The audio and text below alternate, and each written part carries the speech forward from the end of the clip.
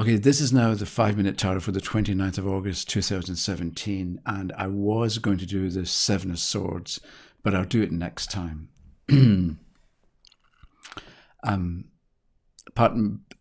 Partly because I just looked at the five anyway. So today I wanted to speak, I'm not quite sure what to call this, but it's kind of astrological, but you'll be able to follow it and make sense of it, even if you have no background in astrology. But you'll get an idea of what's going on in the world and how we go about things. And I've got a suggestion for you. And then I'm probably going to end up complaining about something, but I'll get to that. If you make it through to the end, you'll hear the complaint. So there's going to be a diagram on screen, and what we have is the zodiac. And Aries, the first sign, or Aries, the springtime sign, is the urge to incarnate. That's what it represents. And then you go backwards through the zodiac, through Pisces, Aquarius, Capricorn, and so on, until you get to Cancer, and Cancer is the doorway to incarnation. Right. So during the spirit's journey, or whatever you want to call it, there's an urge to incarnate, and then you go backwards through the zodiac. So you learn about belief through Pisces, about knowing through Aquarius, about desire through Scorpio, and so on. So then you incarnate in Cancer. And so you've been through 9 signs of the zodiac, or 9 months in the womb, okay? And then you incarnate. But 2 signs have not been experienced, or have not been understood: Gemini and Taurus. And the keyword for Gemini is I think, and the keyword for Taurus is I have. So we come into life knowing about belief and desire and knowledge and so on from the 9 signs, and then the 10th, including Aries. But we don't know how to think, and we don't know how to have, right? No Gemini, no Taurus. So we're in life to learn how to think, and we're in life to learn how to have. And the thing is, you think about it, some people get controlled by their possessions, right? It's as if the stuff that they've got owns them rather than the other way around. And that's kind of an indication that we need to learn how to have. But first we need to learn how to think. And so we've got Gemini. And Gemini happens to be, there's great truth in the fact that Gemini is the twins. One is a human and a god. They have the same father, Zeus, who was a chief sky god, but one had a human mother, the other didn't. So one is mortal, Castor, and the other is immortal, Pollux. And Gemini is I think. So it's as if it's telling us we've got 2 ways of thinking. We've got the mortal human way of thinking, which looks at the world and sees time, and sees birth and decay and death and problems.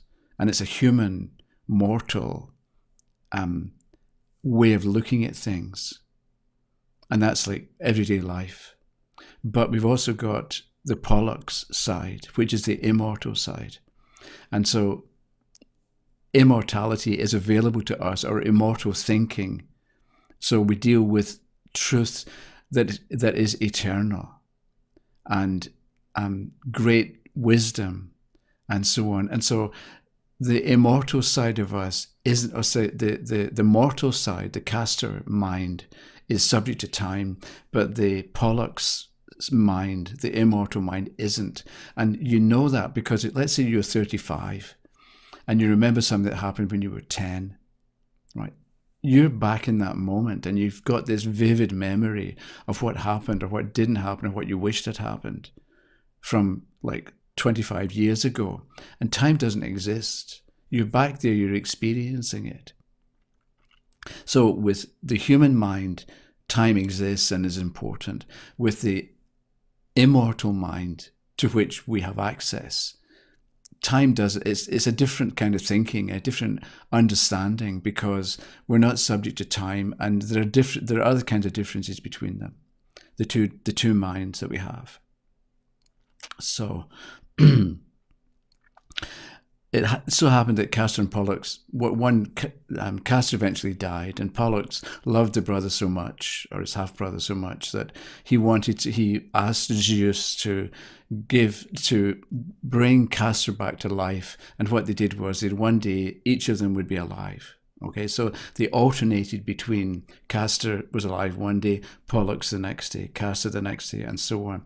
And we can think that that's maybe what we ought to do, that throughout the day, we switch between the mortal mind and the immortal mind, right? So you're worried about money, and then you do your meditation, and you feel better, and you feel more spiritually alive and more relaxed. So it's as if you've switched from the mortal mind to the immortal mind. But then something happens, and you switch back to the mortal mind. So we can have the idea that we've got a problem, a mortal mind, and then in some way we solve it, or we draw on inspiration, or we draw on wisdom, ancient wisdom, perennial truth, and that in some way solves the problem. But then the problem's going to come back because it's time related, and it's life, and it's life on earth, and it's springtime and summer and winter, So things are going to get bad, things are going to get worse again. But instead of thinking, okay, we've got one side and the other side, and they counteract each other, or the one side undoes the damage of the first side, maybe what really we ought to do is the mortal mind, or normal everyday thinking, should be informed by and should obey the immortal mind, because the immortal mind is the one that it's perfect, and it knows the truth. And because it's perfect, it doesn't need to change. It doesn't need to learn anything because it's already complete. So I'm saying, and this is what I meant about the thing at the beginning about your challenge, so to speak, is can you go through each day? Can you focus on and learn about truth that is always true and that's eternal, and enjoy and appreciate timeless truth, timeless experiences? This is how art can be important, or poetry, because you get poetry will and Shakespeare will in some way conjure up or sum up something that was beautiful back then, and it's beautiful now, and it's going to be beautiful in the future. But you can do it through mathematics as well, because 2 + 2 is 4. It always was 4, and it always will be 4. So you can count on, literally, you can count on 2 + 2 as being 4. So there are certain things that we're aware of that we don't need to question. We know they're there, and they're always available to us, whether we use them or not. And that's the example of C major. You play C major on a piano, and it sounds a certain way. And even though everybody in the world plays C major 100 times, it's still going to be there. It's still going to be C major. And tomorrow, another 100 million people can play C major, and it's still C major. So that's the kind of thing I'm talking about with the immortal mind. It recognizes, it knows about, it's familiar with, it takes seriously things like C major, like truth that doesn't change. And so if we can think about immortal mind and get it and its understanding and its ideas to change or to infiltrate our everyday thinking, then things work out, and we're no longer switching back and forth between like everyday concerns and anxiety, but then we feel okay because we do our meditation or whatever it happens to be. Or in some cases, if it's not meditation, you smoke some dope or some weed, as they call it. Or you'd get drunk, or you take a drink and you drink alcohol, or you take Xanax or some kind of medication or whatever, anti-anxiety medication, and that settles you down. But instead of switching back and forth from everyday concerns to an artificial high, let's say, which can be also through deep breathing and so on, which is probably better than Xanax in the long run because it's not so damaging. But that's not really the point. We're not supposed to have problems and solve them. We're supposed to, I think that it's we can, and maybe we should, not have the problems in the first place. And the way that happens is through bringing eternal truths into our everyday thinking. Okay, so my complaint is that bit about the zodiac, Aries, the urge to incarnate, and Cancer, the doorway to incarnation, and Gemini and Taurus not being involved in that. That's what you get from astrology. You don't get that from the tarot.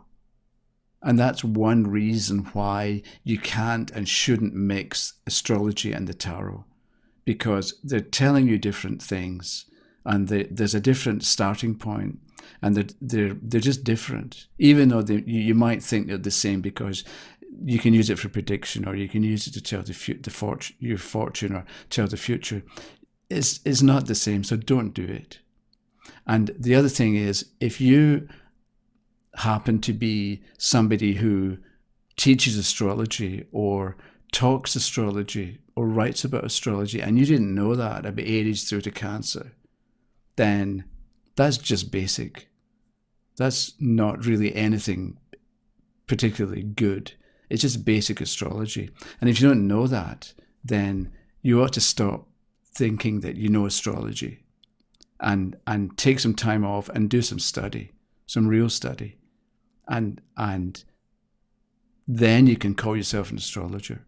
So that was my complaint about people thinking that they know and astrology seems so easy. You know, you read a bit and it makes sense, so you think you know it all. But it's not like that. I was speaking to, I was at a wedding yesterday, and I was talking to somebody there, and he asked about Ophiuchus, the 13th sign of the zodiac. So I told him why not. And so with astrology, people start with what they think they know, and then they look at a horoscope and they find apparent proof or evidence. But they're starting with what they know or what they think, and then seeing what they want to see.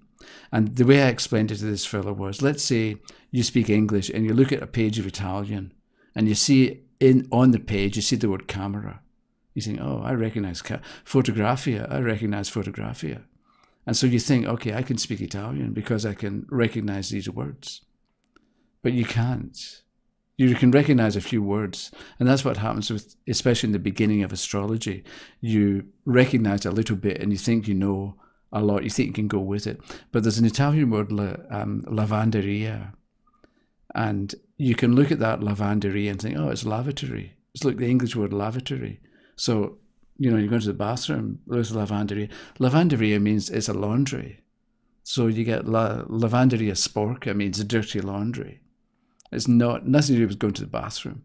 So this is a problem with you learn a little and you think you know it all, or you think you can run with it or take what you know and expand upon it, and you can't. Okay, that was it for today. I'm maybe leaving you in the lurch, but if you have comments or questions, or you want more of this kind of thing, or more of this kind of video, or you want to discuss it in more detail, leave a comment or send me an email and we'll take it up at thetarotcourse.com. And I think I had something to tell you about that, but I've forgotten it. Okay, so I'll see you next time, and ideally we'll look at the Seven of Swords. Okay, thanks a lot. Bye-bye.